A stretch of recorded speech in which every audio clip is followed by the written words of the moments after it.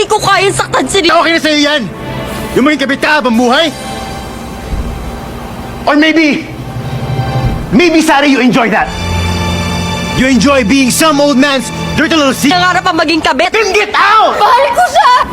Mahal niya rin ako! Mahal ba yun? Tinatago ka? Nagdadamutan ka ng oras mo? Ba't kalahati ka lang? Why can't you give you what you deserve? Tama na, JD. Tama na, nasasaktan na ako. Tangina! Sasaktan ka, Sari! Ano bang akala mo?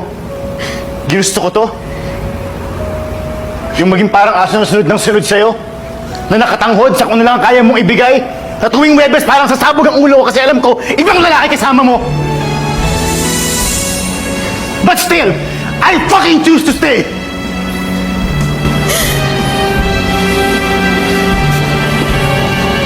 Because I know what it's like to keep secrets and be kept a secret.